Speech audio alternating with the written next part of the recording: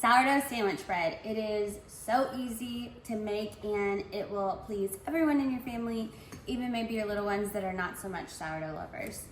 So what we need to get started, I like to mix everything in my stand mixer, my Bosch. I love it so much. You could do it, or you can mix it all by hand.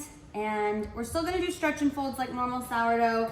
The only difference in the ingredients is we add a little bit of sweetener in there and then we add some oil to give it more of that fluffy texture.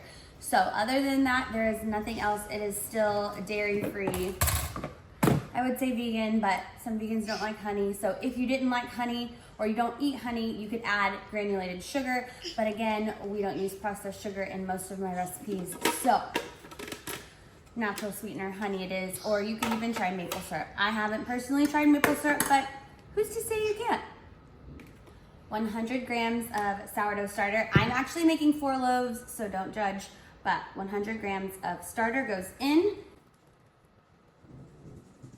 When you're scaling a recipe, there is no need to get worried about the recipe changing. All you do is multiply whatever that recipe is by 4. The only thing that changes is the bulk rise time can go a little bit faster when you have a larger amount of loaves. But again, with these 4 loaves, I'm still gonna leave it around that same time frame. 40 grams of honey. Per loaf, I'm doing 4, so I'm gonna do 160. 300 grams of filtered water. This is room temp straight from my filtration. I'm doing 4 loaves, so that's gonna be 1,200 grams. 25 grams of extra virgin olive oil. You could do avocado oil, regular olive oil, just maybe avoid canola oil. Again, you shouldn't be eating that anyways. 25 grams, I have 4 loaves, 100 grams. Yeah. 500 grams of bread flour. I'm using Costco's all-purpose flour. Again, it has a higher protein content than normal all-purpose flour, so it also works great for bread flour. It's been rumored that it's Central Milling's bread flour. I haven't called to verify myself, so that's what I've heard through the grapevine.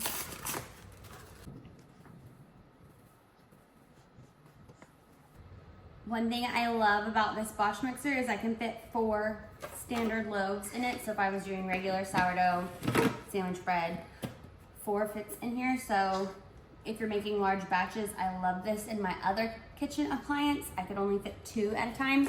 So line it up, make sure everything's locked, turn it on.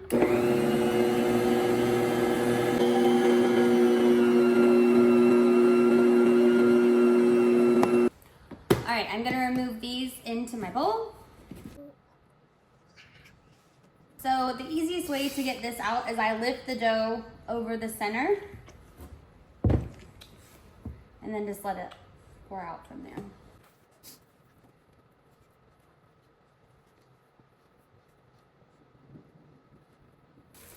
You could take a damp towel or you could cover it with plastic wrap. I'm using a shower cap just to cover. We're gonna let it sit for 1 hour and then we're gonna come back for our first stretch and fold.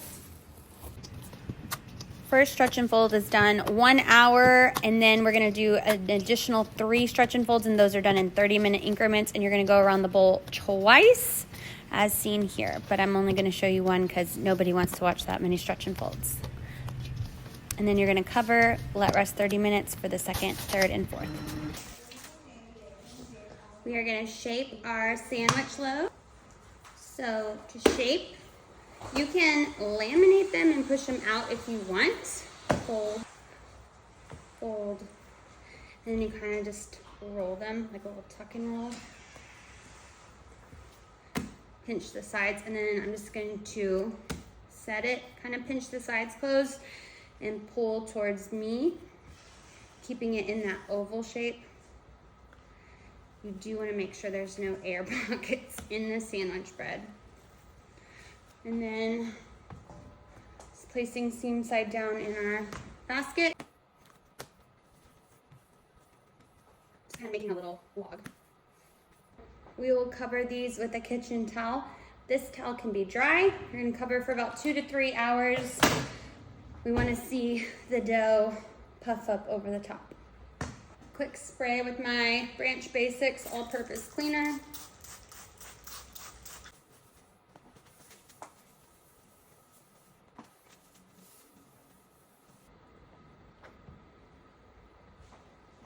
Just a dry towel cover, and we'll be back once they rise.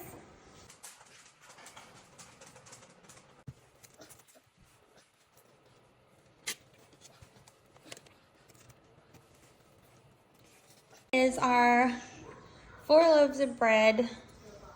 Some cracked a little. This is probably from me not rolling it tight and pressing it all out, so.